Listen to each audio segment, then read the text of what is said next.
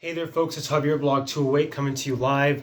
Welcome to my 2024 yearly reflection. I've been doing these yearly reflections for a very long time, probably since like 2014, and it's been a yearly tradition. So, without further ado, I just want to kind of get on it. So my year began basically coming in my year began in Houston, Texas. I'll be very real.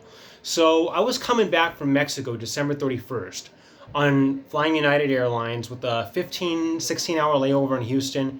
I was actually very sick on that flight. I got sick in Mexico with like a fever and like chills and a cough and all that stuff. And I was really, really struggling on that flight. So I remember landing in Houston, Texas, December 31st. And and I remember just saying, you know what? I thank God I rented a hotel. And I rented a airport Marriott hotel in advance, and I just want to go to sleep for the night. So basically, it took a while for me to find the airport Marriott hotel and the airport shuttle. So I eventually found it, and I checked into the hotel. And I'm like, I don't want anybody calling me for New Year's. Happy New Year's, everybody. I'm turning my phone off. I'm going to get a wake-up call in the morning, and I'm going straight to sleep. So I fell asleep on the last day of 2023 after getting back from Mexico into Houston, Texas. And I woke up around 4 a.m. on January 1st, 2024. And that is where the story of my 2024 year begins. So 2024, I woke up around like 4 something a.m. I was sleeping like a baby, solid, between around 8:45 p.m. December 31st and around like 4:30 a.m. January 1st. So that was 7 whole hours of me just being under my covers, snuggled under my covers, sleeping like a baby, and just wanting to sweat the sickness out and everything. And it was the best feeling ever. I was so thankful I didn't stay at the airport that night. But I woke up around 4:30 a.m. Feeling a whole lot better than the night before. In Houston, Texas, obviously several people tried to call me. Thank God my phone was off. And I remember that's when I did my 2023 yearly reflection. Now, I have yet to post my 2023 yearly reflection. It is actually on my computer, which I still need to get fixed, my other one. But 2023 was a very long, hard year for me. And I remember doing it, just reflecting on the whole year from beginning to end. And I still have it. I will look forward to seeing it again. But I will post it eventually. And I know that is a year overdue. So 2024 begins in a hotel in Houston, Texas, after doing my 2023 yearly reflection, which I finished around probably like 5:30 a.m. And then I remember just having some quiet time, some relaxation time before I packed my bags around 6 and I left the hotel room. I went downstairs and I remember trying to ask about the airport shuttle. Now, I told you guys this story on the beach. Okay, so the airport shuttle, they were all booked. 6 a.m. booked. The receptionist of the hotel. 6 a.m. was booked. 7 a.m. booked. So basically, I'm like, okay, when can I get on the shuttle? Because my flight's at 9 or about 9. And she's like, oh, we can get you on like the 8 a.m. shuttle. I'm like, oh, that's really too close. And then this sweet Louisiana grandmother was just listening to the conversation. And she was just like, why don't we just leave this in God's hands? And I'm like, okay. So I went, I had my breakfast, I had my oatmeal, fruits, all that stuff. And it was really nice. The hotel in Houston really provided a nice free breakfast. So here we are, still morning, January 1st, and this is going to be a long video. A hotel in Houston provided a nice free breakfast. I got to get to know the grandmother, the family, the grandchildren, everything. And it was a really, really enjoyable time. But I remember I was still worried about the airport shuttle. And I'm like, is there any way you can make some space on that shuttle? And they're like, nope. 6 a.m. was all booked, 7 a.m. is booked, maybe 7:30 we can get you on, but nope. I'm like, okay, you're cutting it way too close. And then the Louisiana grandma was just telling me, relax, don't worry, this isn't going to be in God's hands.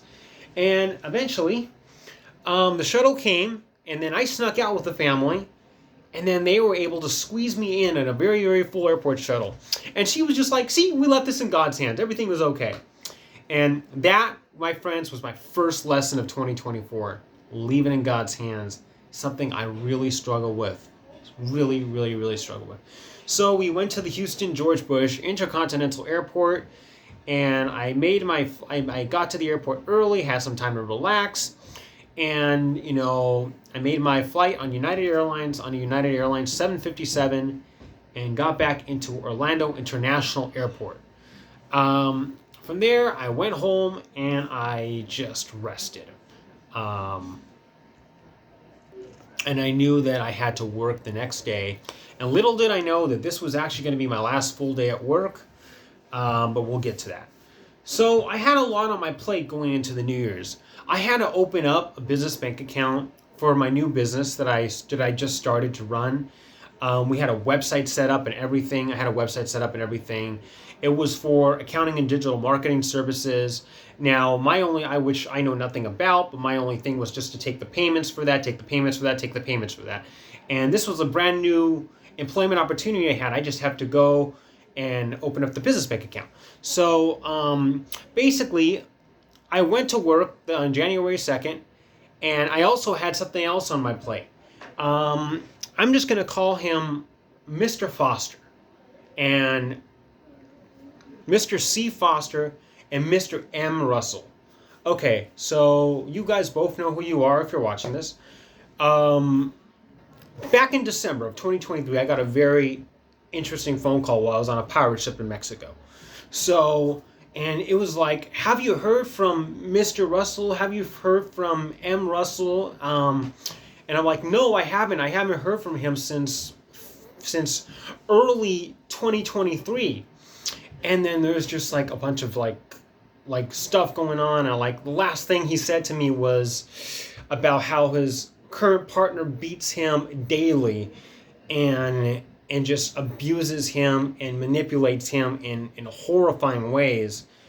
And then next thing I know, Mr. Foster goes over to the house because there were thoughts that Mr. Russell was dead, and then he ends up getting sued by the current partner, the abusive one. So this is the whole drama that takes place here. But anyway, how did I get tangled up in this? Because I had all the evidence of the abuse as if like all the verbal evidence from what I was told and for what I was messaged and for everything. And I had a testimony of what I knew about it because I knew Mr. Russell for a long time. So basically I was invited to go to court in Tennessee on January 18th. And then we're going to get to that part of the story in a little bit.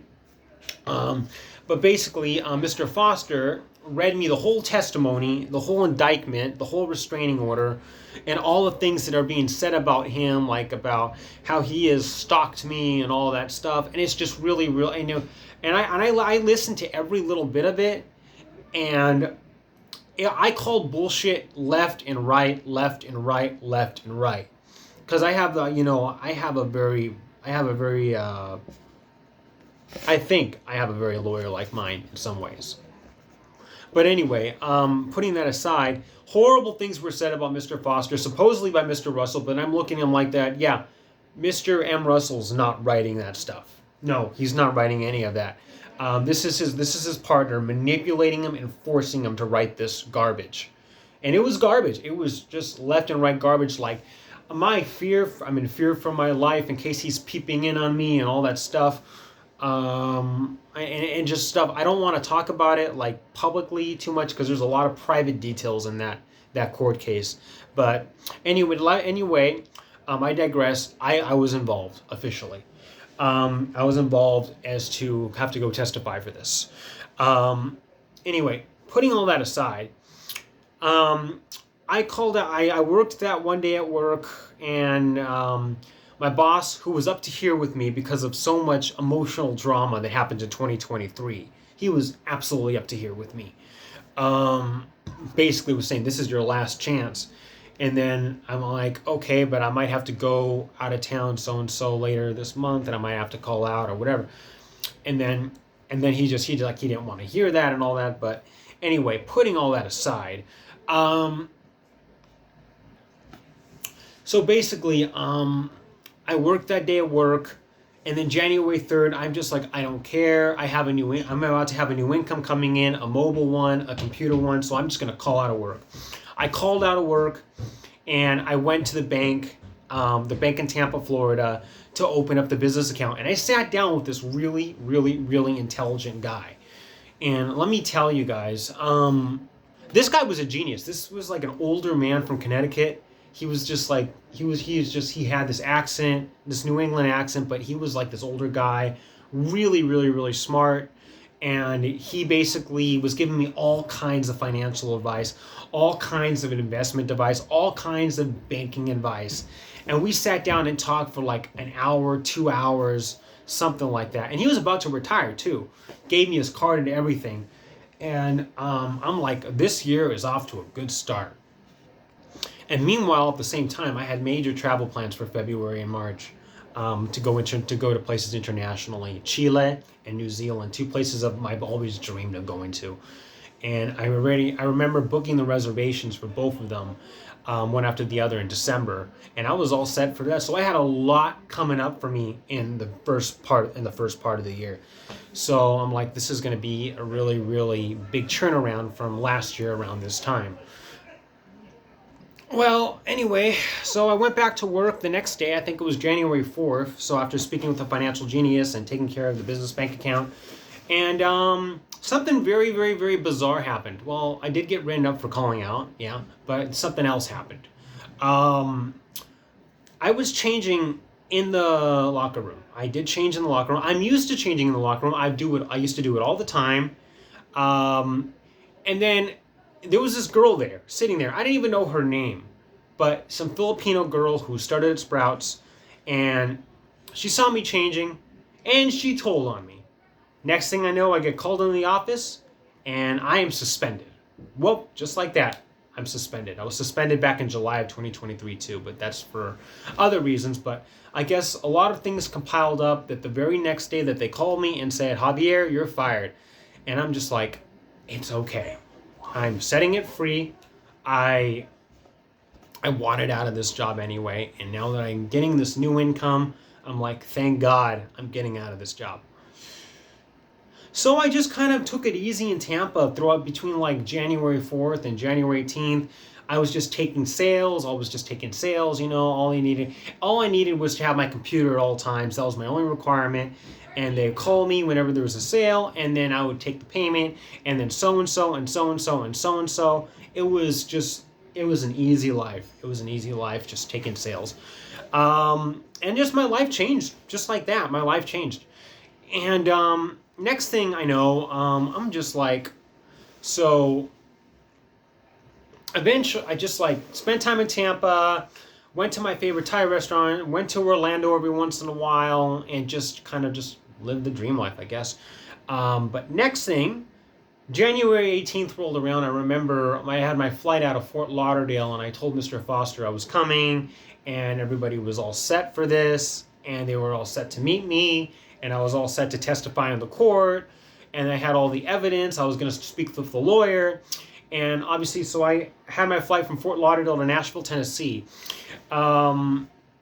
So I remember catching a short flight out to from Tampa to Fort Lauderdale. I paid $15 for that on Spirit Airlines, literally at the counter. That's the secret. You're not supposed to tell anybody, but that's the secret. You go to the counter, and you'll get flights for $15, $20, $30 at Spirit. I'm serious. But I flew to Fort Lauderdale. I remember just kind of relaxing in Miami for a day, and then I went in the morning, caught my flight on Southwest Airlines, and flew to Nashville. And I remember Mr. Foster was just like, enjoy the flight, just relaxed, enjoy the flight, this and that. So I got to Nashville. It was sub-zero degrees on January 18th. And I remember a friend of mine, Mr. Hoover, helped me get a hotel with points in Nashville. And I remember I was really lucky, and he just wanted me to pay him a little bit of money, but yeah, we did. We worked it out. I got to meet him for the first time. It was a really pleasure of meeting him. And next thing I know, I got to check into this hotel in Nashville, obviously still doing my sales work on the computer. And then basically, I checked into my hotel in Nashville, And then I just had like a night to myself. But obviously, I was looking at that phone, that hotel phone, very tempted to call a certain somebody, but I'm like, I'm not gonna do it. I'm not gonna do it. I'm not gonna do it. That's another story. Um, and it's nobody involved in this trial. So just alone in my hotel room. Mr. Hoover came over for a little bit, but that was pretty much it. Alone in my hotel room that whole night with the temptation of a hotel phone there, which I was just resisting. But meanwhile, I'm just like, I have to keep my mind focused on this trial. I have to keep my mind focused. But again, I had anxiety coming from all directions. Like at the same time, I still had anxiety about like, is this really a good idea? Should I really testify in this trial? Should I really, what will Mr. Russell, who's been a person I've cared about for so long, and what will he think of me seeing me there? He has no expectation that I'm going to be there. And I'm just like, oh, do I really want to do this? Do I really want to do this? Do I really want to do this? Next morning, I was just like, yeah, I got to do this. So I remember checking out of that hotel, and then Mr. Foster picked me up. I met his family. I met his mom, his mother, and she doesn't like me now, but that's another story. And then we all went out, and they had a very, very kind family, like Southern hospitality, Tennessee, very, very kind people. And next thing I know, we were off to the court. And I got to the court. I remember being really, really, really nervous because Mr. M. Russell was somebody who I've cared about for so long and somebody who I've really, really valued in my heart. And he had no expectation of seeing me there, and I was really, really, really nervous and anxiety-ridden. I remember that. And then I remember going into the courtroom, Mr. Foster, Mr. C. Foster, sitting down, and then Mr. Russell and his partner walk in, his abusive partner walk in. And just drum roll, please. Bum, bum, bum, bum, bum. I remember he just sat down, and then when he noticed I was there, he just looked terrified. He looked terrified, and I was just like, I can't look. But and it's just like, I remember I was so full of anxiety. I could tell he was so full of anxiety just by seeing me here, and it was just a very, very awkward moment, dramatic moment. But anyway, I did have a chance to speak with a lawyer privately about the things that he told me about the abuse and about the testimonies and all that, and it was a very intense thing. Next thing I know, it was a whole court case, not just with our court, not our case, not just our case, but there were other cases too. Some unique cases with this like Tennessee judge. She just like 111 days or $111, and just like I just heard some of the most intense cases, including about a guy who just like would do anything for his wife, anything for his family, but the wife wants nothing to do with him. Just sad stuff. Heartbreaks really, really get you. But there were all kinds of other cases going on in there too, and it just, a lot of it, just like some of it like resonated with Mr. Foster, with me, with things I went through, with things he went through, obviously. And it was just a lot of drama. And I think, and then eventually we found out that it was just, Mr. Foster made the idea that it was just the best thing to not have me testify, because if I were to testify and the abuser would have known that Mr. Russell told me about all this stuff, then next thing he probably would have beat him, killed him, or whatever. And we could tell that the abusive partner was breathing down Mr. Russell's neck. And it was just a very, very sad sight to see. Anyway, the testifying never happened, but me being there, they said they pushed them into a corner because he knew about the things he told me about the abuse and everything. So just the fact that he knew pushed them into a corner and pretty much cut off the whole case. But basically, there was no testimony given, but me being there was a very, very powerful thing, and I was very happy to be there to help everybody, literally. Mr. Foster, Mr. Russell, because I told him every day, I'll always be there for you. I'll always be there for you, Mr. M. Russell. And I mean it. And I still care about him. I always will. Anyway, After the court case ended, me and Mr. Foster went out to IHOP. No, not IHOP. First Watch, which they have in Florida, they have in Tennessee, and it was a nice time. We enjoyed it. We had a nice breakfast. I paid for it all. It was a very good. It was a very it was the least I can do, because I know that a lot of people in this world, they don't have the money that some of us have, and I have to just understand that. It was like, and I paid like $50 for the whole meal for me and him, but it was just my treat. It was my treat. Anyway, so after that, he showed me around Nashville, and then he took me to the airport. And then that's how that ended. I had Spirit Airlines flying back to Orlando. I flew back into Orlando or Tampa, I forgot. Yeah, I did fly back into Orlando, which is foolish, but I did. And I ended up going back into Tampa after that. And then that drama was over. Continuing on, I just enjoyed life in Tampa. I tried my best to enjoy it, while taking sales, kind of moving on from what happened, all the stuff that happened in 2023, at least trying to at the time. At the end of the day, I'm not going to lie, the sales job really, really, really helped me. It did. It helped me financially. It helped me emotionally. It gave me time, money, and freedom. 3 things. And it was a blessing. So basically, I was able to eat at my Thai restaurant and do the things I liked in Tampa, hang out at St. Pete, go to the beach, all that stuff, and just all the therapeutic stuff that I normally like to do. And then I was about to check out of my apartment come February, and I told come February I was going to check out of my apartment. Because I was ready to travel for the next couple of months. And I knew that. Little did I know that my travel would affect my sales job, but in a negative way, but we'll get to that later. I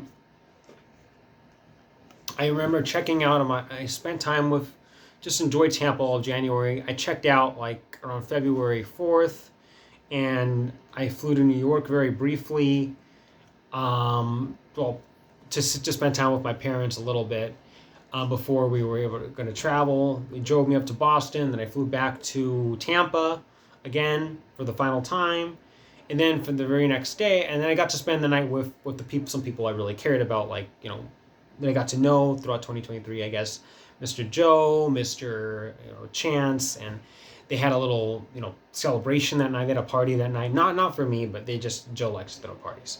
And if you're watching this, Joe, you know that you do. I got to have a nice romantic evening with somebody who I've had a crush on for quite a while. Just a crush, not anything romantic really going. Well, not anything relationship wise, but just somebody I had a crush on. I got to have a nice romantic evening with that person. I'll leave it at that. Anyway, so next morning was the big day. February, I think it was like February 10th of 2020. I forgot the exact name of it, of 2024. That I remember, so it was time to leave, to go to Chile. And my mom and my grandma were coming just days later. And my grandmother's 91st birthday just passed, by the way. I think that was the big part of the reason we were doing this. And I've always wanted to go. And her 91st birthday was just like early February. It was like February 7th or something like that, February 8th. Her birthday was February 6th, but I was traveling like February 7th or 8th or something like that. So I went to, or 10th, somewhere, I don't know, it was like between 7th or the 10th. I forgot the date exactly. But I remember I caught the bus to Orlando again, and then my flight was out of Orlando, and then I caught United Airlines again, because my beginning of the year was big time United Airlines. So United Airlines to Houston, Texas, again. Houston, Texas, yay, I love that airport. And then 8 p.m. was my flight to Santiago, which I got the saddest seat in the house on a gigantic airplane, a 767 or 777, something like that. They had me in the middle of the middle seats. Because if you ever rode a 777, they have like one aisle, window aisle, middle aisle, and I like the middle seat of the middle aisle. I'm like, what the hell? How did I end up here? Um, but anyway, hey, I still had a nice flight. I'm not gonna lie. It was a nice flight. Got to relax.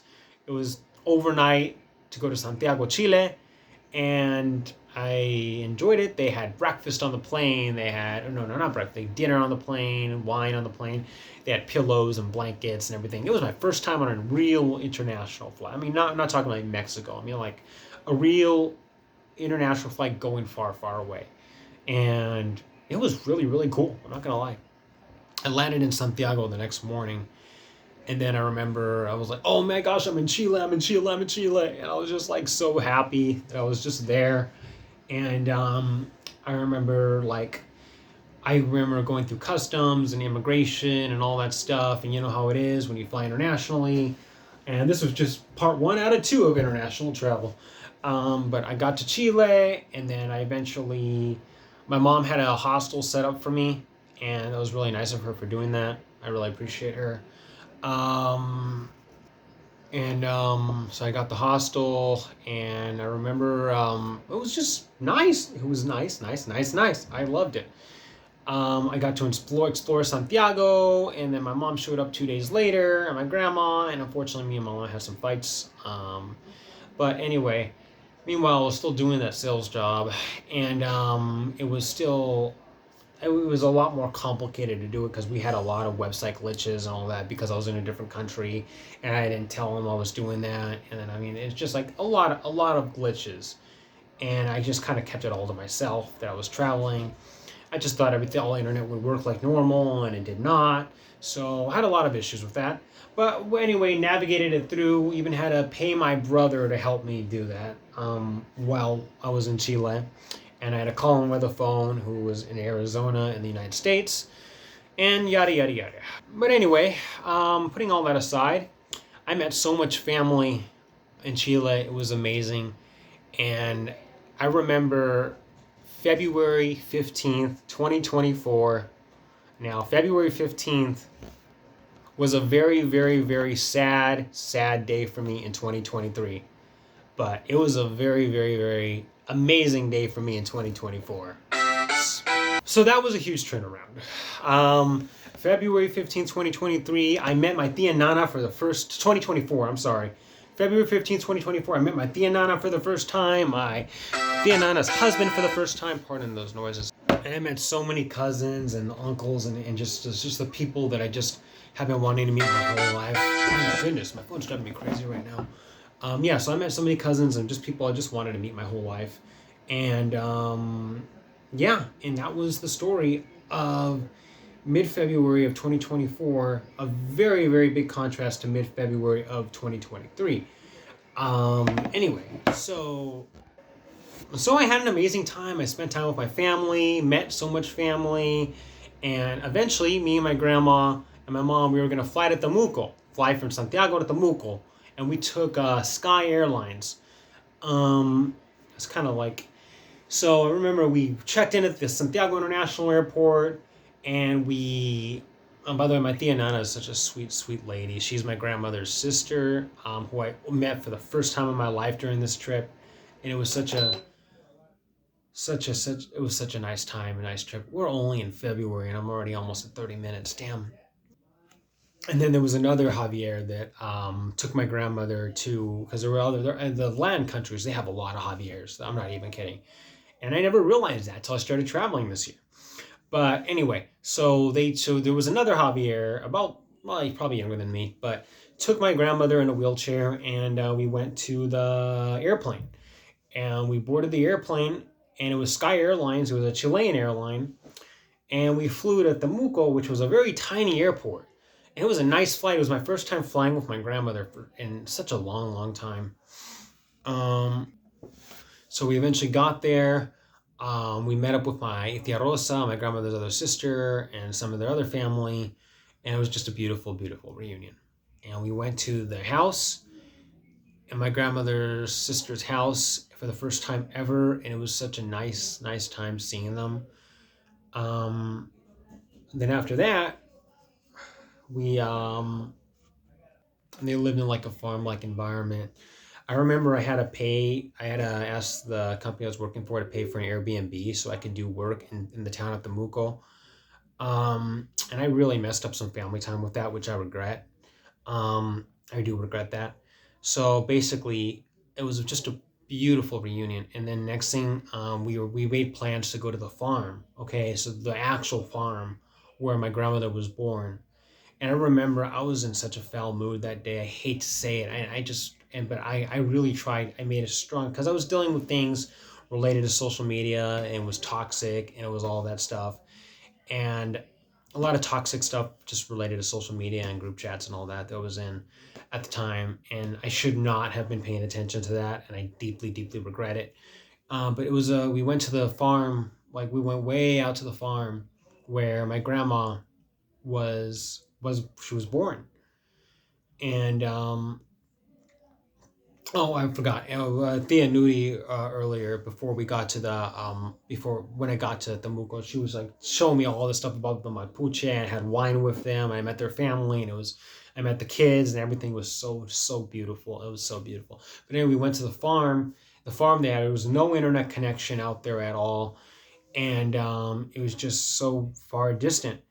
And I remember I'm like, I have to leave the farm early because I have to work. And I'm like, at the same time, I'm just like being really, really, I just was like a little bit selfish. I'm not going to lie with my family. And I regret that. But I really was emotional there, but I try to make the best of it. And then I remember like seeing like how my emotions played out. And I turned it all around. I really forced myself to turn it all around so I can go see the place where my grandmother was born, that beautiful cottage where she was born, and everything, and everything. It was just an amazing, amazing, amazing time. And I met the family and so much family, and I saw the farm and everything, and the cottage, and they even gave me a tour. My grandmother used to like take baths when she was younger in the river, and it was so beautiful. And we were going to sleep at the farm that night, and my mom was excited, and I really felt bad that I had to leave early. I really felt bad about that. But I digress. I slept at the farm anyway with them, and because this was a once in a lifetime thing, and my mom was really emotional. Um, and I saw how they made the bread and the sopapilla, which is another kind of bread with like a floury dough or whatever. And I saw how they like make it in the stone ground, like the Mapuches used to do it. And it was just a beautiful, beautiful experience. And I saw the animals and everything. I remember like the first time we went to the tour, I took the tour with my one of my cousins who I never seen before. I was really like down and out, but then I went back again on my own, and I'm like, I want to redo this because I was in a terrible mood then. I'm like, I want to make this better now. So, and anyway, I redid the tour and I saw where my grandmother was born and everything, and yeah, it was just a really beautiful time. Um, but anyway, I spent the night at that house, and I remember having to go to the bathroom in like an outdoor campo house. And there were like slugs in that toilet. It was just like an outdoor hole in the ground where I had to use the restroom because there were like 10 people in that house at the time. And I didn't, it was just one restroom. And I'm like, I'm not going to do it. I'd rather go outside where I can take my time. So I did it, and I did exactly that. And that was an experience. But anyway, I slept at the farm, and thank God I did that. Thank God I did that because I was like pushing the idea that I have to leave, I have to leave, I have to leave. Um, and then I went back, and I woke up in the morning, said goodbye to everybody. It was too quick. I felt so bad. I wish I spent. Oh, I forgot. We went to the cemetery the day before, and that was actually a really, really emotional experience because I saw where my great grandfather was buried. My grandmother's father was buried there, and it was just a really deep emotional experience. Um, and I saw where like my ancestors were buried and my grandfathers, my grandparents, and everything, and everything, at the same anyway. When I slept at the farm, thank God I did with my family. because family is the most important thing at the end of the day, especially in trips like this.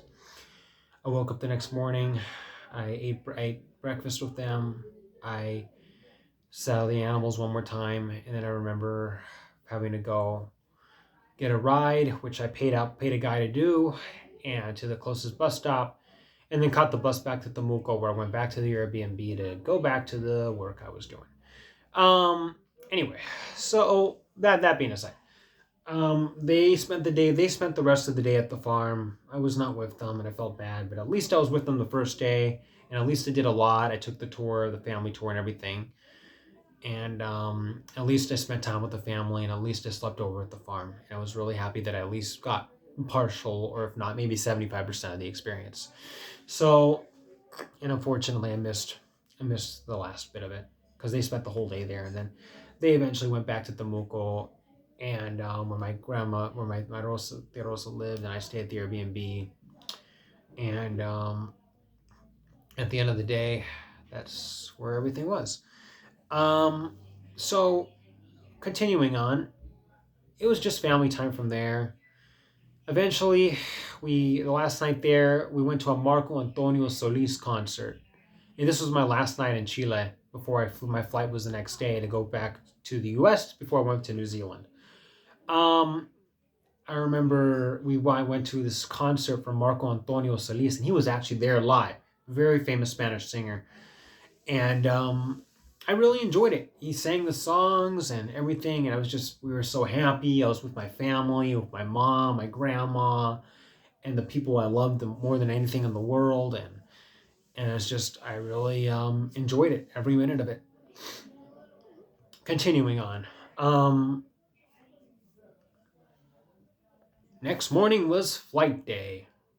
And I remember getting to the Muco International Air. I parted ways with my family. Caught the cab. My mom was emotional, but I caught the cab. She was actually kind of angry, but there was different reasons for that. She was mad at me for different reasons. But I caught the cab and like I said, I did fight with my mom quite a bit on the trip, more than I should have, and I regret that. But it was a beautiful trip nonetheless, and I try to remember most of the positive memories of it. And there was way, way, way more good than bad, and I'm always grateful for that. But anyway, so I caught the cab to the airport, and then the Temuco airport. I remember getting there and finding out my flight they just decided to change the time for my flight. I don't know what they do in other countries, but in that country, my flight was supposed to be at a certain time, and they just changed the time for it. And I'm like, okay, I got to be on my computer. There's no Wi-Fi at the airport.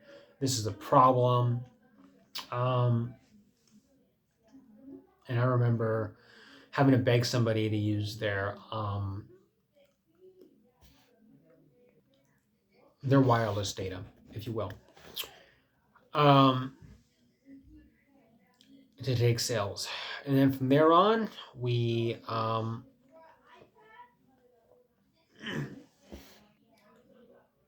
I eventually, in a Wi-Fi-less airport, I bought this Chilean jelly, which was so good, so good.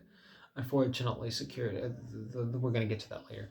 I bought this Chilean jelly, which I fell in love with. It was just made from jam and fresh fruit. It was so good. It was all from the campo and everything. So I caught my flight back to Santiago, where I had my layover before my international flight back to the United States. And this was going to be like 2 days of flying because I was going all the way to New Zealand, like straight to New Zealand. Got to Santiago. We had to do some sales, and then the job was interfering with this trip over and over and over again. I'm not going to lie. We had to do some sales, and I left the Santiago airport late. I went to see my tia Nana one more time. I had mi tomates, mi arroz, my tomatoes and rice and sopaipilla and pancito and everything and bread. And that was just how I rolled. You know, it was so good. My tia Nana gave me this beautiful blue shirt, which I've since lost. It's another story. I've lost a couple of things. I also had this hat from Chile and New Zealand, which I lost. But we'll get to that. And I just spent time with my tío and my tia. And they gave me Chilean money. By the way, the Chilean pesos were like thousands and thousands and thousands. And funny story, I spent a night at a casino in Temuco too, but that's another story. But these Chilean pesos were really, really cool. Anyway, I digress. It was like 20,000, 10,000, 5,000. Oh, I sang karaoke for the first time, Spanish karaoke in a karaoke bar in Santiago, and I really had a great time. And I did a lot of cool things in Santiago, a lot of karaoke and different things and like entertainment bars and all that stuff, and good times, good travels, good trips. Anyway, so I spent time with my family one more time, my tia Nana and my and I just was with them. And they fed me, gave me money, gave me a shirt, and we parted ways. And I went back to the airport for my overnight flight on American Airlines to Miami. Now I was not thinking. I missed the flight to Miami. True story. I missed the flight to Miami because I thought I can just get to the airport, check in, go through security, and all good. Nope, I have to show up way earlier for international flights.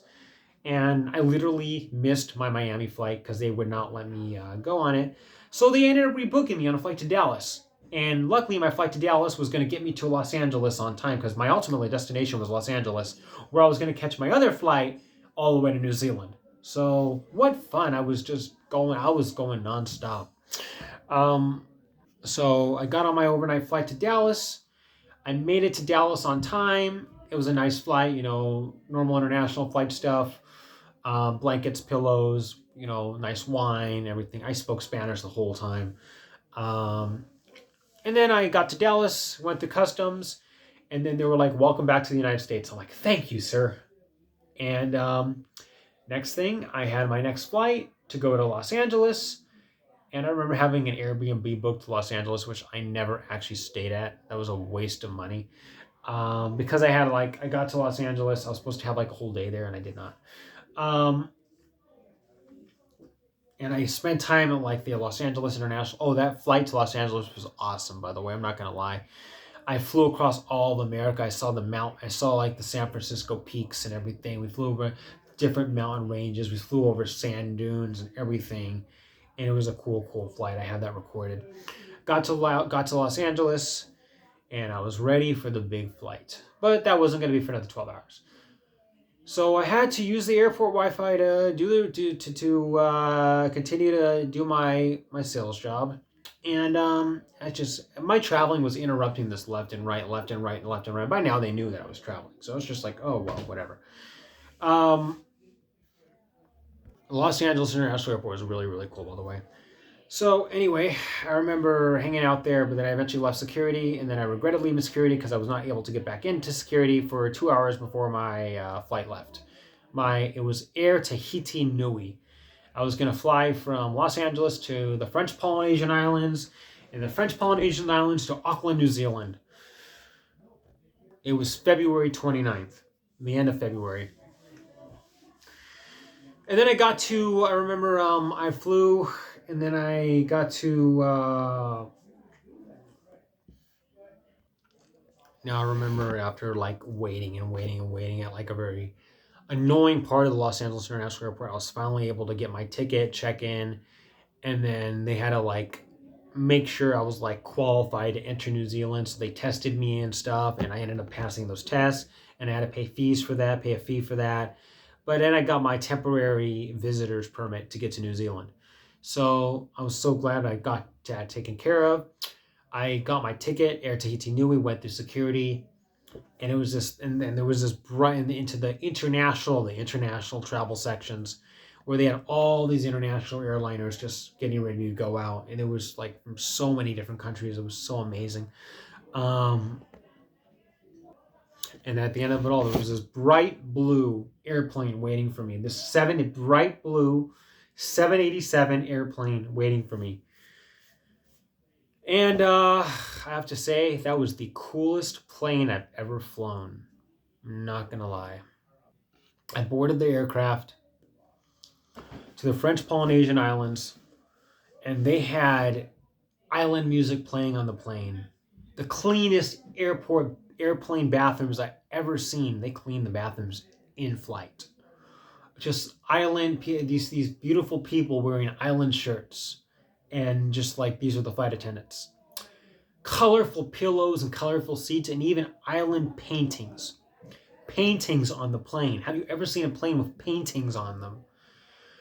And it was so artistic, it was so beautiful, and I got a perfect seat, and I was just like, wow, I am so happy. This is going to be so nice. It was a 787. We took off from LA, and it was just a really nice flight over to the French Polynesian Islands. And then it was going to be the same plane to go to Auckland after that, because we landed there. It was a small airport. I really wanted to explore the French Polynesian Islands. Unfortunately, the security would not let me out of the airport, because you have to have passes and all that stuff. And I was just a transit passenger, so I was only permitted to be inside the airport boundaries, and I could not exit the airport. I had like 5 hours there. I just killed time there, but I got to see the island from a distance, and just the beautiful mountains and the beautiful sea and the beautiful island.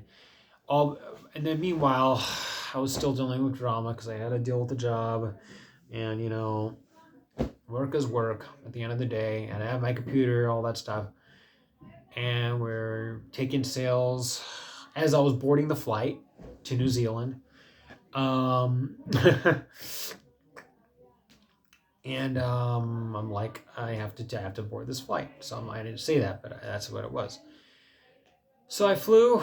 So I got on the plane, and we, after seeing the islands and kind of getting an island vibe at the airport, really, and just to see the island from the distance, the mountains are beautiful. Everybody spoke French there. It was so nice, except the natives. So we got on the plane, and then we flew to Auckland, and it landed. It was a nice flight. Well, and I'd probably say that flight was not as, it was kind of, well, there were two people sitting on the seat with me, so yeah, it was what it was. Oh, I remember, I forgot my charger. I left it at the Polynesia airport. So yeah, I got to New Zealand, and I went through customs, and it took forever, but I got out of customs. We were February 29th, and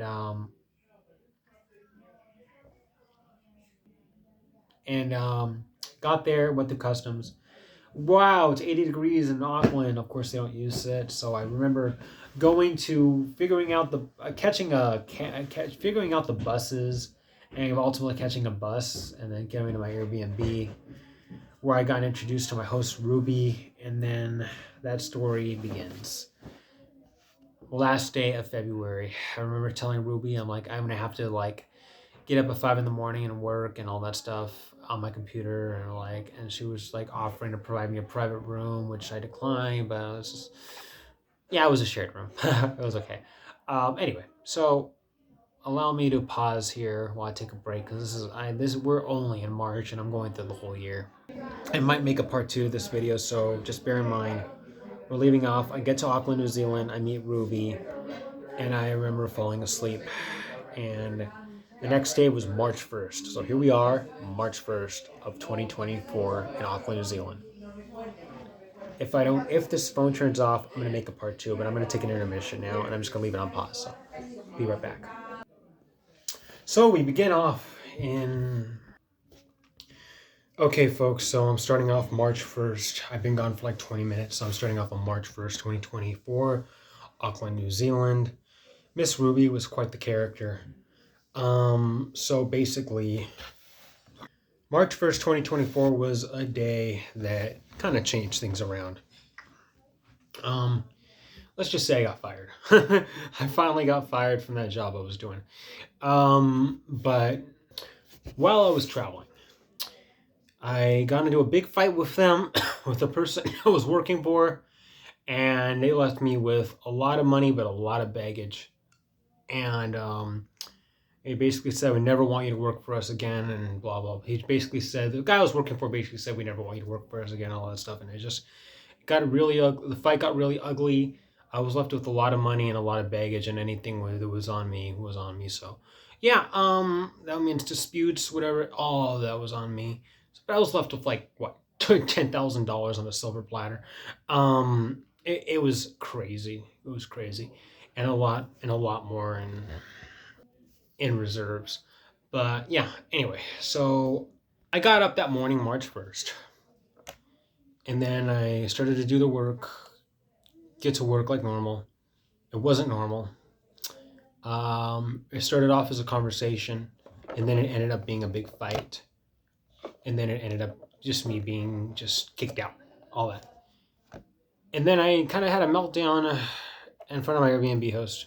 Um, she doesn't like to talk about personal things, and yeah, that's pretty much what happened that day. But besides that, my dad told me, you know what? Just he thought he'd have to give me a lawyer and all that, and he talked to a lawyer, but he just said, you know what? Just go out and enjoy New Zealand. You're in New Zealand, so enjoy it. And I'm like, yes, I'm going to do that. I'm going to do that. Now, because there was a lot of dangerous money on the line, I was not allowed to touch that money, at least for the time being. But anyway, I went out and enjoyed. So my day one in Auckland, morning one in Auckland was full of drama. Okay, just a bunch of stuff hit me, and I was officially unemployed. Officially unemployed. So continuing on, I got to know Auckland, New Zealand. I got to see the culture, the people, and there was this guy from India that helped me out throughout the time. But I got to explore the malls, the transportation, and the culture. And the people are so laid back. They're so kind. They're so nice. And I was just happy. I was just kind of like putting everything on the back burner. I was just happily enjoying New Zealand. It was such a good time. And New Zealand, let me just sum up, was such a great country to be in. You know, it's like the people, the transportation, everything.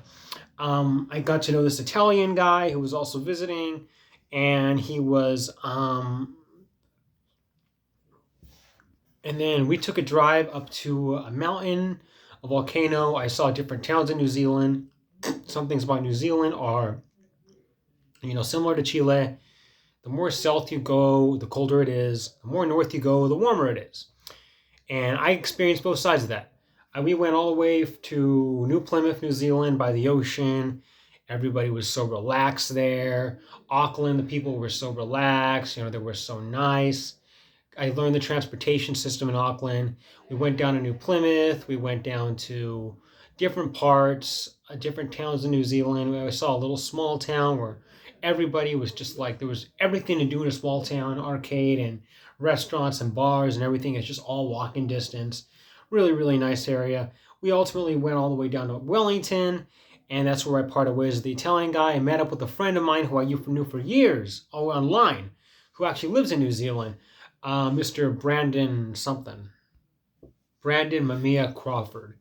And we had a very cool day there, and he was like embarrassed of like Americans and the gun culture and all that stuff. But it was like 50 degrees in Wellington, and it was just really, really cool there. The place was so relaxed. Like honestly, it was cool in Wellington, but I got to enjoy it. And in Wellington, I ate at like 7 different food restaurants for 7 different countries in the time span of like a few days. I was spending there. I stayed at a hostel. And it was chilly, but because we were like at the southernmost part of the North Island. I never went to the South Island. I would have had to catch a ferry or a flight to do that. I never actually did that.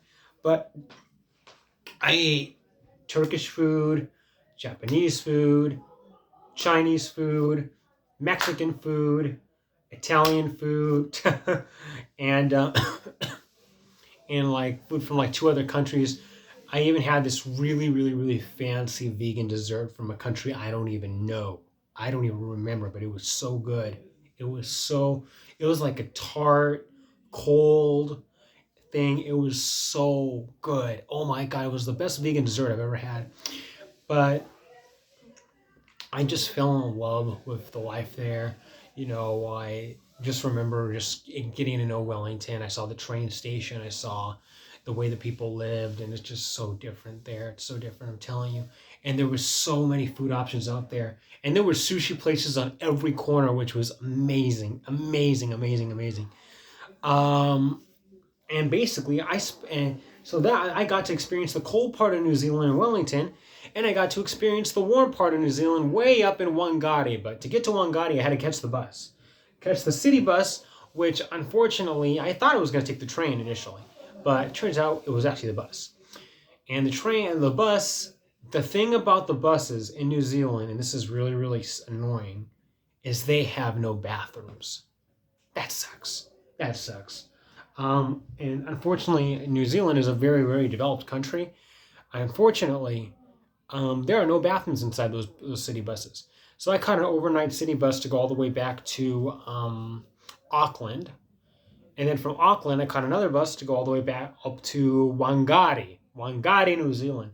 Also in Auckland, I sang at karaoke bars. I ate baklava. I ate at sushi places. It was just a different restaurants, and Wellington had so many restaurant options, so many restaurants from all countries. And I have to say, it was amazing. I continued to learn the transportation system. I learned the malls. They have great smoothie places in Auckland, and I loved it. Only issue was Miss Ruby. Miss Ruby was kind of like she kind of tried to blame me for things that like weren't really my fault, especially like a big flooding accident, which I willingly went to help her clean up, but then she tried to blame me and try to get me to pay for it, and I appealed it, and I ultimately won. But that's later in the story. Um, anyway, I went to Wangari, New Zealand, the most northernmost part of New Zealand, which was 80 degrees. It was so beautiful there, and then versus the southernmost part of New Zealand, which was Wellington, which was like 50 degrees, literally. Um, and in Wangari, I mean, I tell you the truth, people were so laid back there. I mean, like, literally, people would go barefoot in the supermarkets, and kids would go barefoot in the supermarkets and in the stores, and it's so normalized there. It's just a normal town, but it's just people are just relaxed there, and it's just such a nice, sunny, beautiful life there. There's just people, and I got to see like the old clock shops and the old clock museum and Wangari, and just I remember going to this vegan bakery. It was so good, and they just had all kinds of. I had this delicious carrot cake in the morning, and I went to stay at this hotel, which was very very nice. Um, and it was just a dream. It was a dream. I went swimming at no, I took a lot of walks there, a lot of hikes there. Oh, earlier we hiked up earlier before we got to Wellington. Earlier in the story, we hiked up a volcano, and that was an amazing adventure. But saw a waterfall and everything. But that was in another part of New Zealand. Here in Wangari, it's just life was so laid back, and just people, very nice life, very laid back culture, supermarkets, people going barefoot in supermarkets and stuff, and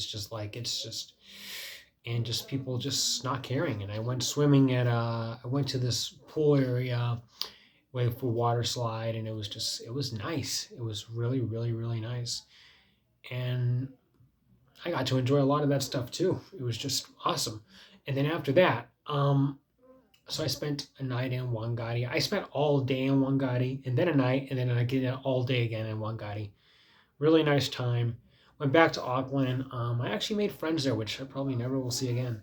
But especially at the karaoke bar there, they got to know me. There was this lady at the karaoke bar with like this very, very British. She talked like this. She had a very British sounding accent. And I remember singing there, and I got to know a lot of people there. It was such a nice time. New Zealand was freaking awesome. And obviously, I wasn't working, so I had a lot more time on my hands. So basically, long story short, I had a great time in New Zealand. Went back to Auckland, continued to enjoy life there. I visited like total Wangari, two towns on the way to Wellington and Wellington. I visited 4 towns in New Zealand plus a hike, and just great time, great life, really relaxed. People just were so carefree there. It was just amazing. Great sushi places. Loved all the sushi places on every corner. And then I remember I had to fill out like a visa thing for Australia because I was going to go to Australia for a day on my layover back to the United States. Into March, so I took care of that. I got approved, and I remember I was excited. I was going to go visit Brisbane. So on my way back to the United States, which I was actually ultimately flying into Chicago and going to Decatur, Illinois. So here we are at the end of March. Had a great time in New Zealand, great time in Chile, and I got on my flight to Brisbane, Australia. And I got to Brisbane, and I got held up at customs, at immigration for a long time. No, I'm not even kidding. Um, yeah, but that's around the time that Ruby accused me of a flooding incident that happened, which I helped her clean up willingly out of the kindness of my heart. Um, but I had to appeal that, and that's another story. Um, Literally at customs in Australia, they asked me all kinds of questions. And I kid you not, all kinds of questions. They wanted to look through my phone. They wanted to know why I had two phones. They wanted to know what was on my computer, what was on my phone, what was the reasons for this and that, what do you do for work? And they just went question after question after question after question. And I got held up for like 2 hours there. It was insane. It's like they were like very, very suspicious of me for some reason because I didn't really have a lot of answers. Like, what do you do for work? At the moment, nothing. I couldn't tell them that. I just said self-employed because you have to like have something work. You have to have some reason to be in the country or something. So I had to just go through question after question after question. They searched my whole bag and everything, and this and that and this and that and this and that. Um, okay, so I got through it all, yay, eventually, and I got let on to Brisbane on a very, very rainy day. It was raining all day, but I still got to enjoy Brisbane. I saw Brisbane, so many sushi places there, just like very relaxed people there, very nice people there. Australia was really cool. I learned the transportation. I wanted to go to the Gold Coast, but I actually did not get to do that because it was raining so much.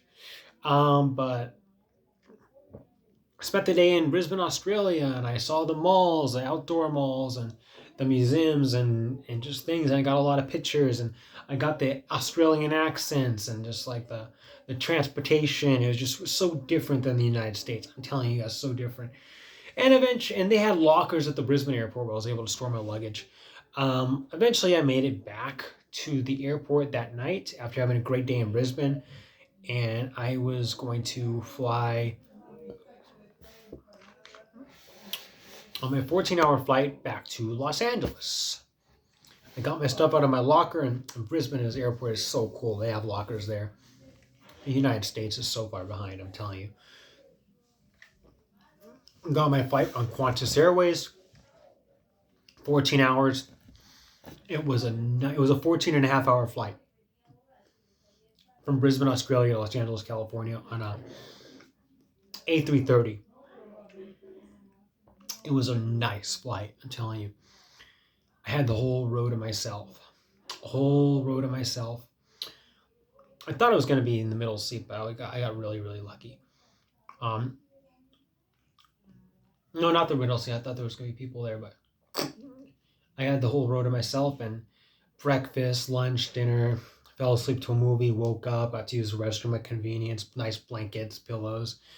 It was a comfortable, nice flight, and I got so lucky on that flight. Eventually made it to Los Angeles, in time for my layover on Spirit Airlines, back to the boring American Airlines. Spirit Airlines to go to Chicago. Got on the flight. I had like 5 hours in LA. Got to enjoy the airport, then got on the flight. Went to Chicago. Landed in Chicago in the morning. Continued on to Decatur on United Airlines. And then got to Decatur, Illinois. And then met up with a friend of mine named Michael Badger. And then he showed me around town. I stayed at the apartment. It was so peaceful. He's a Christian man. Very, very Christian man. So peaceful at his apartment. He'd wake up in the morning, he'd do Bible readings, and he'd read the Bible at night, wake up, cartoons in the morning, Christian cartoons, he's such an old timer. And it was just such a peaceful stay. I'm not kidding. And I stayed for 3 days. Eventually I met up with an old assistant landlord, brother in Christ named James, and because he happened to be there too, by mere coincidence. Anyway, so yeah, we all ate pizza that night, but besides that, me and Michael Badger spent time seeing Decatur, and went to a Mexican place, and we just had a really, really nice time. It was a beautiful stay. Got to see a different part of Illinois besides Chicago. And then from there, Mr. Oh, I forgot to tell you guys. There was this guy named Wayne who I was getting to know over Facebook, who I was talking about this whole job situation with, and about all this money and all this stuff and all this. It was just kind of a situation. But in disputes and whatever. Um, he actually flew me to Vegas because they were gonna. I don't know what was going on, but he ended up flying me over to Las Vegas. He paid for me to fly there, which is very nice of him. Because at the same time, I had a resort stay, which I had all set up, and it was with Hilton Grand Vacations, and it was kind of chilly in Las Vegas when I got there, so I ended up booking a flight last minute of my own money, last minute, and I was fine with money. I'm not worried about that. I paid $77 last minute to board a flight to go to Salt Lake City, Utah. So as you can imagine, just getting back into the country, I was just flying around. I got to Salt Lake City. I stayed at this international hostel, and Utah International Hostel, and I spent Easter there by myself, and at the end of the day, I got to just take advantage of some time there, seeing it and just enjoying the fact that I'm back in Utah, went to visit Provo, all that stuff. After that, I caught a flight back to Las Vegas for my Hilton Grand Vacations thing. So I stayed at this nice resort, and that flight back to Las Vegas, I got the whole row to myself on a full flight, which was really cool. Full flight. So I got the whole row to myself, which was Spirit Airlines, which was really nice. And this was April 1st, so begins the month of April. So Las Vegas, I got to enjoy Las Vegas. I did the full tour. Eiffel Tower, Empire State Building, and got to walk around the whole area, the Strip, all that stuff, the pyramids, and it was awesome. It was awesome. Short and sweet. Everything you'd expect in Vegas, I saw in Vegas. I even ate at the fancy French restaurant on the top of the Eiffel Tower, and that was awesome. Okay, so anyway, after that, I did a final grand finale, and I paid an Uber driver to drive me to Area 51, the gate. And that was really, really cool. That was really, really cool. I'm getting tired, guys. And the guy that drove me to Area 51 was really, really cool, by the way. We went to the gate of Area 51, and unfortunately, we couldn't get past the gate, and that's as far as we went. But then we went to some caverns in Nevada, in a very, very, very, very, very tiny little cavern area in Nevada, and it was really, really cool. When there was snow in the mountains and everything. But we just took a drive everywhere after Area 51. It was really, really awesome. We didn't go to Extraterrestrial Highway, but I did take a picture of an extraterrestrial alien thingy, which was pretty cool. But that trip to Area 51 was awesome. I'm not going to lie. It's a highlight of this year. After that, I went back, and let's just say I checked into, since my stay was up at the resort, I checked into a hostel, and then a hostel. It was a hostel, yeah. A little Vegas hostel, very, very dirt cheap. Let's just say I had an incident there, a health incident. And I'd rather not get into the details, but they ended up calling an ambulance for me and all that stuff. It was nothing that needed that much attention, really. Let's just say that I had a burst in my intentions and there was a lot of blood. But it's okay. I was fine. They went over there and took care of it, prescribing medication, took blood samples, all that stuff. and ultimately sent me back. And I kind of Ubered back to the place. I ate at a Thai restaurant. Eventually, I was okay, but I had a big incident at the hostel, and that's where it all started. There was blood all over the floor, and they had to clean up the mess. So yeah, that was a very interesting thing, and that was my blood. Yes. Um. So there you have it. That was my trip to Vegas, and then I caught a bus to Phoenix the next morning. Spent some time with my Tia Gina out there, and then I flew back, and then I had a Frontier flight booked to go back to Utah. And then my journey in Utah began. So I got to Utah late at night, called John, the hostel owner, and stayed at the hostel for, supposed to be for 3 nights initially, but it ended up being 4 weeks, a whole month, because I found out they charge $320 bi-weekly. So I took advantage of it. I met the people at that hostel in the Salt Lake International Hostel in Utah. And I took the time to try to find a job and to try to find a place to live. And I went to Provo. I met these really cool guys in the apartment. One was this Dave guy. He was really nice. Really, really cool. Really cool, very nice people. And the other was this black guy who has been in and out of prison. But still, I digress. I'm tired. So I scored a job. I'm very tired, I guess. So I scored a job at Pita Pit, and I scored a job at my old job at Costa Vida, which I had last time I lived in Utah in 2017, when I was 21 at the time. And I also was dealing with these kids that were calling me since December when I was in Mexico. And yeah, they got me into trouble, but that's later in the story. So yeah, that happened, and I had a couple of weeks staying at that hostel. I ended up renting an apartment at Monticello Apartments in Provo, Utah, and yeah, it was. I filled out a lease, and I moved in on Mother's. Well, yeah, so I stayed in with. Yeah, I ultimately moved in Mother's Day, May 14th. But before that, and it was a summer lease. But before that, I did want to emphasize that I enjoyed my time in Salt Lake. I went to Whole Foods and always grabbed my favorite vegan cakes, my favorite vegan lemon Popeye cake, no, coconut lemon cake, I'm sorry. And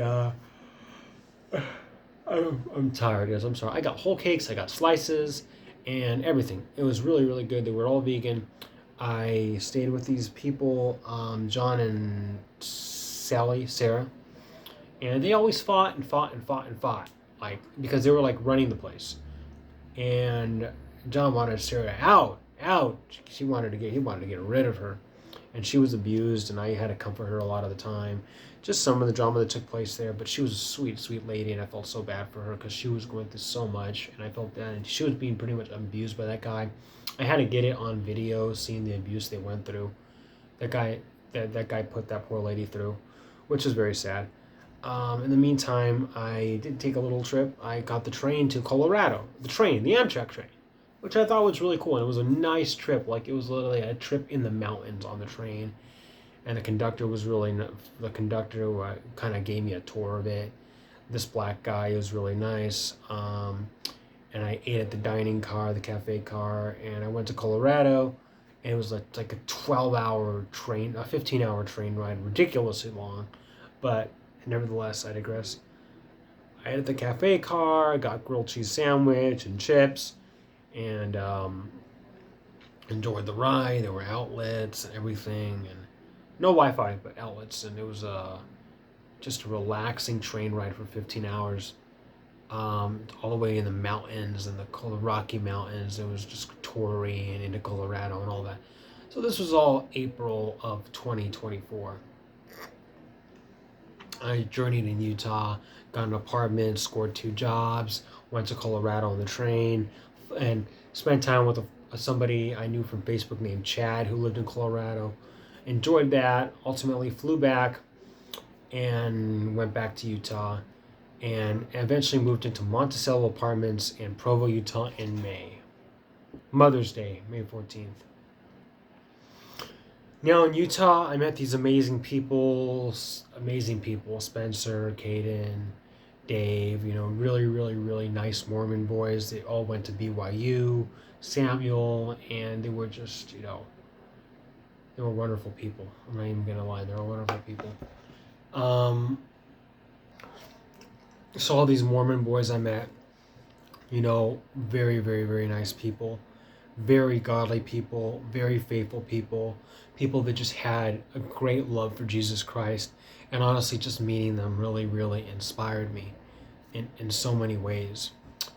And I got to know them, and I spent time getting to know all these Mormon boys and even girls, and I realized that they were just all family there. They all cared about each other. They looked out for each other. They looked out for me. And meeting them was just such a blessing. And they were some of the nicest people I've ever met, because they wanted to be my friend. They cared about inviting me to their activities and everything. And it was a blessing to meet them. But anyway, digressing, next, I got these jobs at Pita Pit and Costa Vida again, and I had some bad luck with both of these jobs. Very bad luck, because I started working at both those places, and one of those places, Pita Pit, and she didn't like how I kept touching my face and all that, and she was pretty unforgiving about that. So I worked there for like 2 days, 3 days, and then next thing I know, she fired me, and she didn't really want me to come back, and I thought she was a nice lady. But then I realized that, there were some people there that I was working with that were giving me off like bad vibes and stuff. So I was kind of blessed. I took it as a blessing that I was fired from there. And Costa Vida fired me particularly because these kids I was telling you about earlier, they kept calling me Devin and these other people. They started calling my job and making like threats and stuff and saying inappropriate things.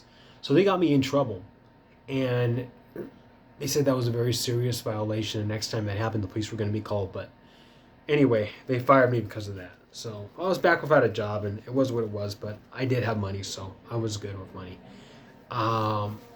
So yeah, had some bad luck. The second was because I was literally being practically stalked by kids in other states, in Kentucky and other places in the country, and they were calling my job and saying inappropriate stuff and yada yada yada.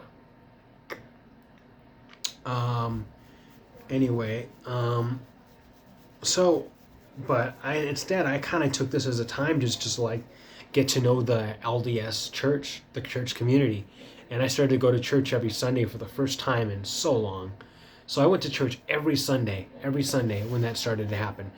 And so I spent a lot of time, I made a routine to like go see the Tabernacle Choir on Thursdays, to, go to the place and pray, the sanctuary in Provo, Utah, to pray regularly, and just to rebuild my relationship with God, and to go to church every Sunday, and to attend, church ward activities.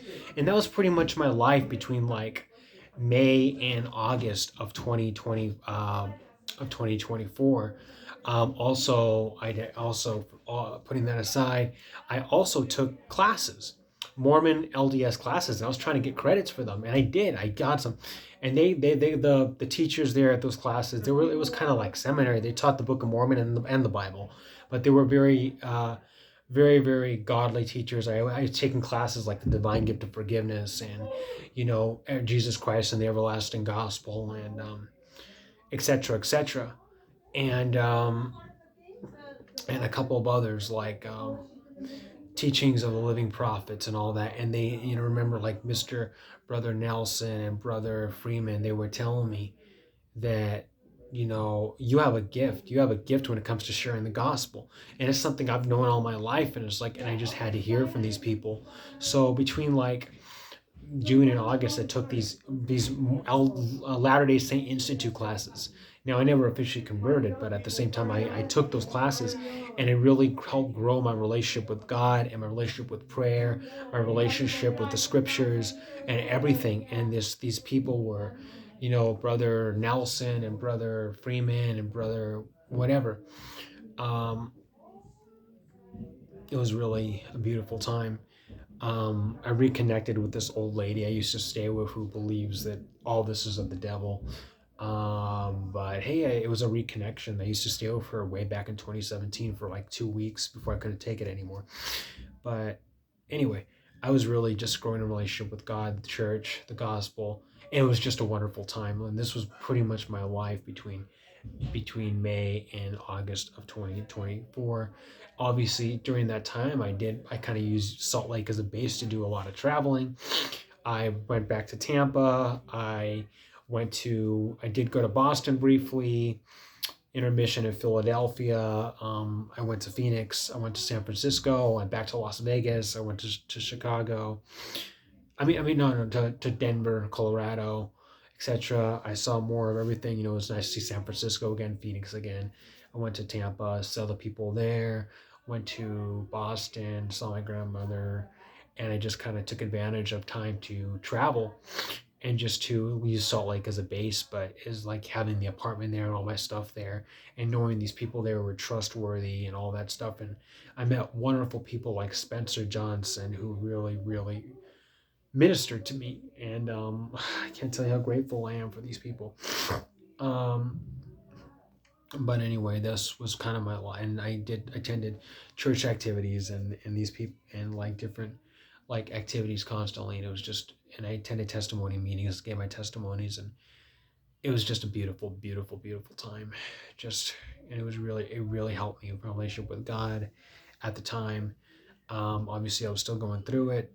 Depression was starting to come back, but thankfully, this helped me a lot. This helped me a lot. Depression from 2023 was, hitting me on and off throughout 2024, and I'm not gonna lie about that. Um, anyway, so I basically lived with these Mormon people between May and August, and I attended their activities, their church activities, ward activities. I traveled, took a second trip to Vegas, Phoenix, San Francisco. I even went to Michigan. I went to Michigan. Yeah, I just went to Michigan, to Monroe, Michigan, Detroit, Michigan, and I had an experience. And I don't want to downplay because that was a really cool trip. I went there. I got to see what Michigan was like, felt what Michigan was like, swam in Lake Erie, swam in the Great Lakes. I also got high on marijuana for the first time in my life, and that was on my flight back that I bought in Detroit, but I was on my flight back to Denver, and it was a very bad experience. I had hallucinations and I passed out. My body was overheating at Denver International Airport and everything. So, yeah, I don't recommend it. Hallucinations, literally, I saw like dancing things, and it was just like my body was heating up, and I just felt like there was like smoke puffing in my head and puffing in my head and puffing in my head. And that's pretty much what I went through. That happened during August of 2024 after I got back from Michigan. Now, I lived in Utah between May and August, and I would have stayed, but I didn't like the idea of having to sign a year-long lease. And I looked into it. I looked into different apartments, and they wanted me to stay because these people really cared about me. And I'm like, damn, there's not a lot of people in my life who really actually wanted me to stay, who actually care about me that much. And I just was just really shocked, and it was beautiful. But I ended up leaving anyway, and I guess in hindsight I kind of regret it, because they're not really talking to me anymore. They were some of the nicest people ever. Um, anyway, God have mercy. I went back to Phoenix to see my parents after I checked out of the Monticello apartments in August. Oh, and I did get another, I guess if you will, another job of taking payments, if you will, but that was kind of a more low key job, so to speak. Um, and in July, actually, I actually made it to the point where the reason I went to Tampa was because to cash out my assets, and I had a lot more money thanks to that. But at the end of the day, I went to Phoenix to see my parents, and then they wanted to take me back to New York and New Jersey to live with them for a while. and to save money. And they said it was an act of love. And I'm like, I just kind of want to go my own direction and go travel and go to Puerto Rico and all that stuff. And but I ended up going anyway with them, and I stayed with them in New Jersey between August and September, and all the way to October. So between August and October, I kind of saved money and stayed with them. Um, I still had this other thing going on probably until October, but it wasn't really that big of an income, but it was something. Um, so I still had money coming in, but not nearly as much as before. Just not even a fraction as much as before. But hey, anything is I'm grateful for anything. And plus, I had a lot of savings um, from the assets that I had. So I was in a luckily a very good financial position, especially after all the traveling I've done. But I digress. I spent time with my parents, and August, September, October, and then October I went back to Tampa, Florida, just in time for Hurricane Milton. Yay. Okay. So I came back to Tampa, and Hurricane Milton was just about to start. Um, and Milton was like supposed to be the storm of the century. Everybody was telling me, Javier, get out of there. Javier, get out of there. Javier, get out of there. I stayed at the exact same apartment that I was living in up till February of 2024. And I remember I rented the exact same room. And yeah, so I got back to Tampa, Florida, and rented the exact same room. And Hurricane Milton was coming, and it was going to be quite the adventure. And it came, and my step grandma was in tears. Please get out of there, take shelter. Everybody was calling me, take shelter, take shelter, take shelter, take shelter. And I didn't listen. I didn't listen. But anyway, I stayed. I kept telling, nope. I'm just gonna write it out. I'm gonna write. I mean, I kept telling him. I try to like downplay it, like saying, it's gonna be okay. It's gonna be okay. It's gonna be okay. But at the end of the day, I'm just like, I'm gonna ride this thing out. I'm gonna ride this thing out. I'm gonna ride this thing out. And I did write it out. But let me tell you that the storm was the strongest hurricane I've ever experienced. The winds were extremely, extremely, extremely powerful. Um, and the winds were crazy, and there was just like the strongest winds that were like pounding the house and pounding the house and shaking the trees, and there were tornadoes in the distance, and there were like tornado warnings all around me, and it was just like the wildest strongest storm. The way I described the storm was the apartment shook and the lights went out and all electricity gone.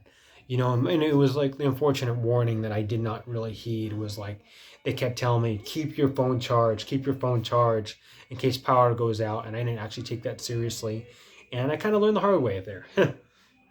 So yeah, but man, that was a strong storm, the strongest storm I ever dealt with in my life.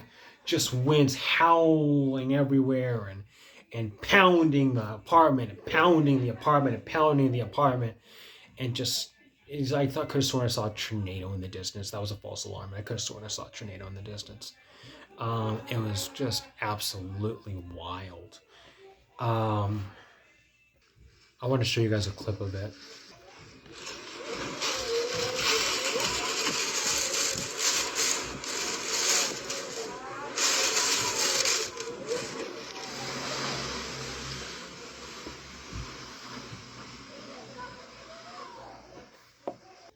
And not to mention all the flooding on the streets and everything, but hey, I wasn't quite in the red zone, but still, there was still flooding, and a whole bunch of places were wiped out. And just before that, there was another hurricane called Hurricane Helene that hit Florida but wiped the Carolinas. So yeah, it caused a lot of damage.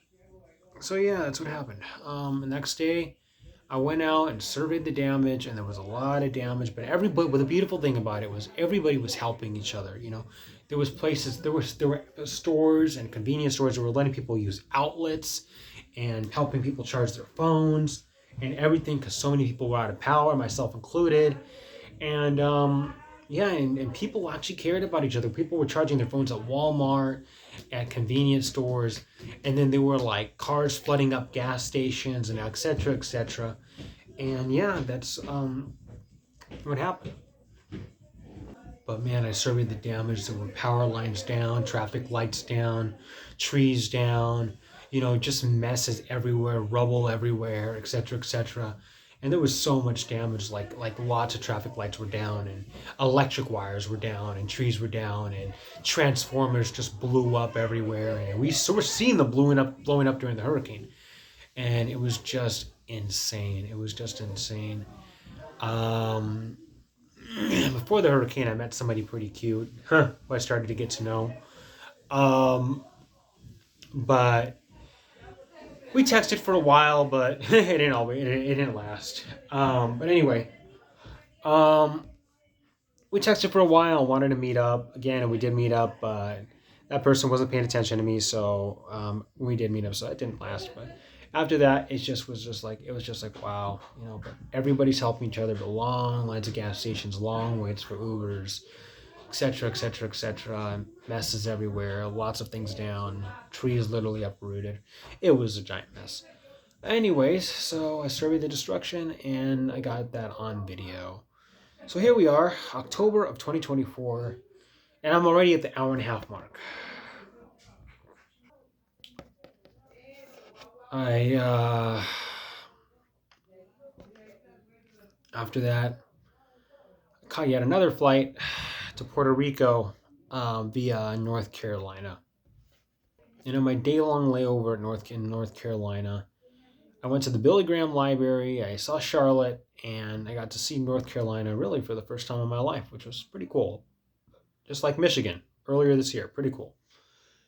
And then I went to Puerto Rico and found a place and paid like $30 a night, but ultimately the guy he offered me the place for $600 a month. And I'm like, okay, that's way less than I'm paying in Tampa. I'll take it. Great. So I got a place in Puerto Rico, and it had Wi-Fi, TV, Netflix, outlets, private bathroom, everything I could have wanted. I kept telling myself, like when I was in Utah, I really just want a place with a private bathroom. And I finally got it. So very happy about that. Got to know Puerto Rico, really cool life. Plaza America, 20-minute walk from the beach, all the nice little food places and drink they have there, the fresh lemonade, the great food, the great people, just beautiful, relaxed, year-round warm lifestyle, and I really liked it. Um, while I was in Puerto Rico, I took a trip to Orlando to see Luis, my brother, and we stayed at another Hilton Grand Vacation resort stay. It was supposed to be Las Vegas, but we ended up moving to Orlando. We had a nice stay. I showed Luis around. I showed Luis around Universal Studios in Orlando, and showed Luis around. Oh yeah, thanks to Rich, he allowed us to see He took us to Universal Studios, showed Luis Disney Springs, Universal Studios. Um, Met somebody cute there who was kind of excited to see me from Facebook. We kind of planned a date together, if you will. And we did. It did happen. But anyway, that's next part of the story. I got Luis excited to see Florida and everything. And then, he saw Florida. He was really happy to see it. Orlando, Universal Studios, Disney Springs, um, International Premium Outlets. I showed him all that. I showed him Fun Spot America. I showed him Icon Park.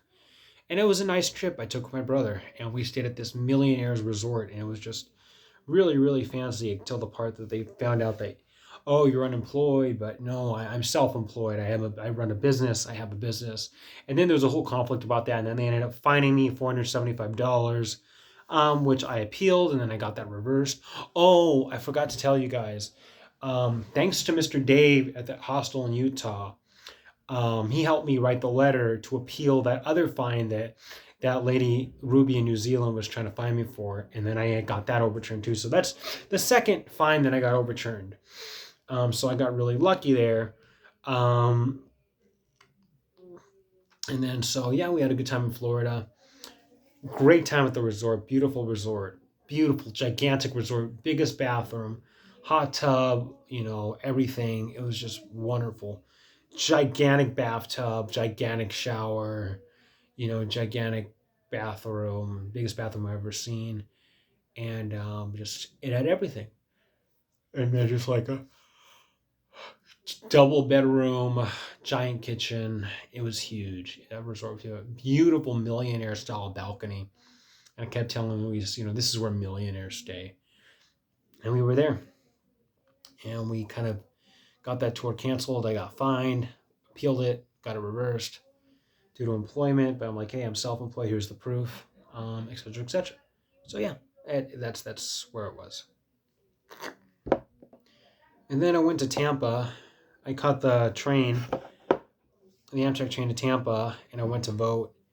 And then I went back to New Jersey for election night to see my parents. And when I voted, I'll be upfront with you guys. I voted for Kamala Harris at the top of the ticket. I voted for Senator Rick Scott of Florida. I voted for all conservative Florida Supreme Court justices. And I voted for virtually every Republican legislator in the Florida House. But at the same time, I voted Democrat for the House race. Obviously, Rick Scott for Senate, Democrat for the House race, and Democrat for Board of Elections, because I still trust Democrats for elections better than Republicans. I think they have more election integrity than Republicans do, but that's just my opinion. But I still voted for Camilla at the top of the ticket. Besides that, my ticket was very red.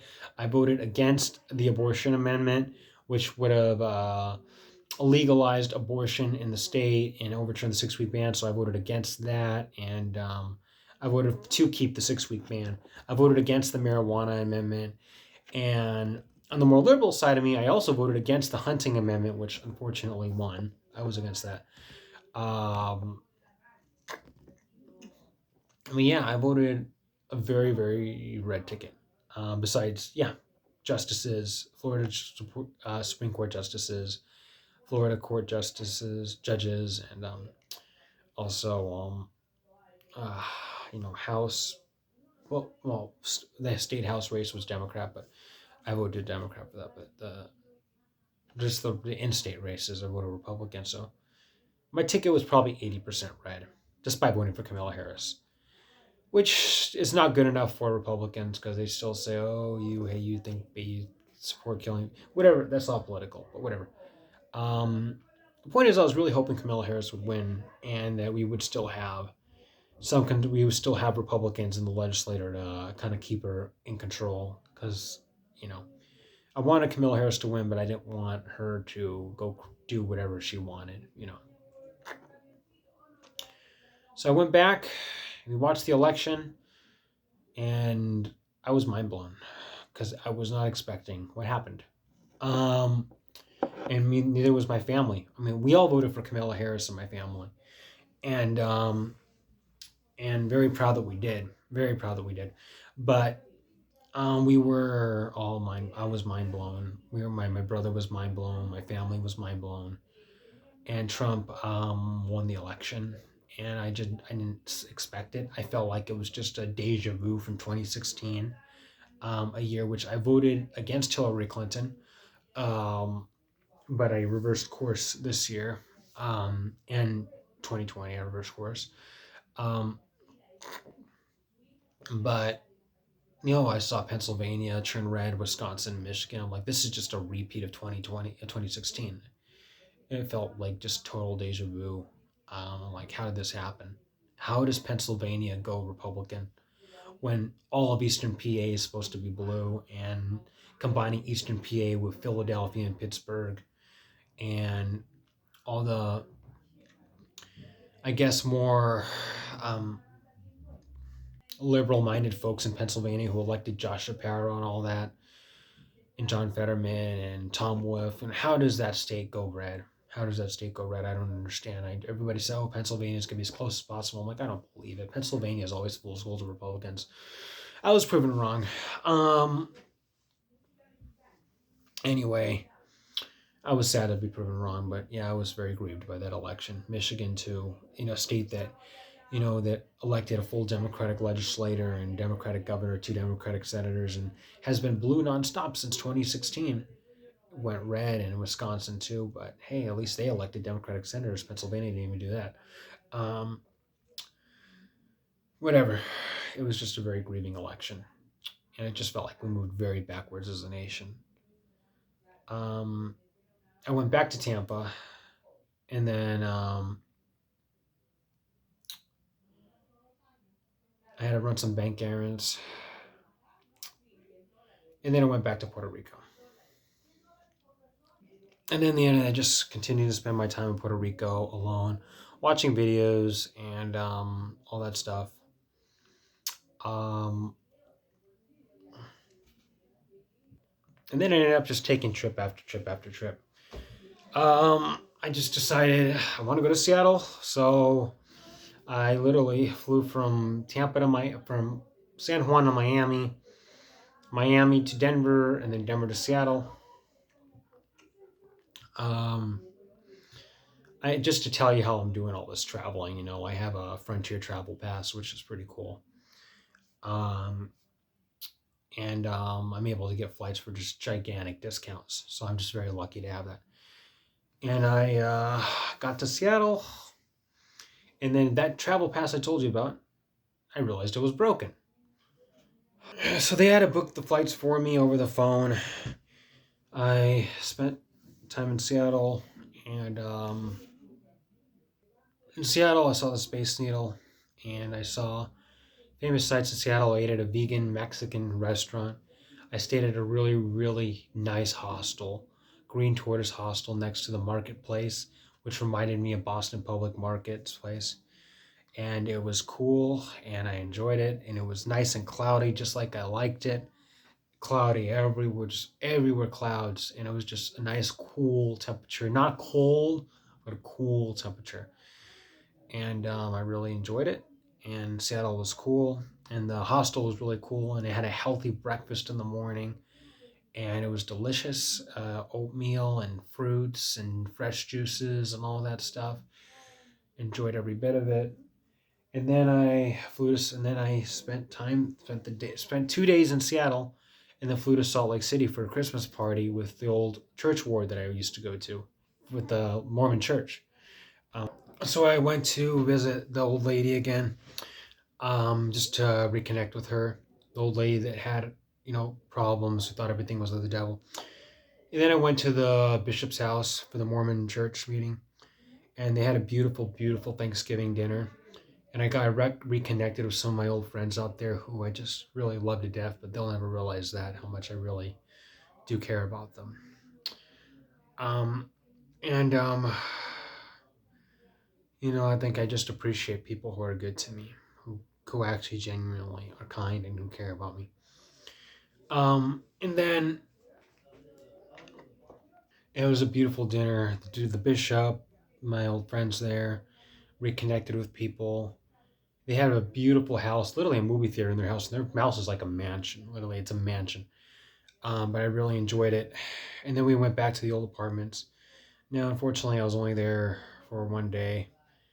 So I was going back to the airport that night to fly a totally free flight, by the way, a free flight.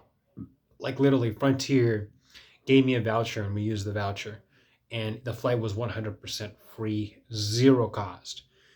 From Salt Lake to Denver, Denver to Orlando, and then the one to Orlando was, and then from Orlando to San Juan. Um, but anyway, so I remember that happened. I slept the night at the airport again. The same thing. And I was at the airport the night before, and then they woke me up at 3 a.m. saying, "Hey, I heard you were here a couple of nights. Someone told on you." And I'm like, "Yeah, I got a flight this morning." And then they questioned me about it. They're like, "Oh, this was another day." And then they looked and misread the date, and they're like, "Oh, you're fine." So I showed them my ticket after they woke me up at 3 a.m. as I was sleeping on the couch at the airport. But anyway, I digress. So I flew to Denver that morning, had an hour and a half. I just rested at the airport in Denver. Then flew to Orlando, got to Orlando, had time there, had I don't even know, like 8 hours in Orlando or something like that. Time to kill for sure. I ate at Noodles and Company, and I kind of just did a little bit of a little round. But after that, I got back to the Orlando International Airport. I flew back to San Juan. And that was the end of that trip. So yeah, and then after that, um, I'm boring you guys, aren't I? But anyway, after that, so oh yeah, I forgot to tell you guys, both my computers broke while I was in San Juan, and my phone was having problems, and I had like a freak out about my phone like dying and not being able to charge and stuff. So yeah, it was a lot of stuff going on. Um,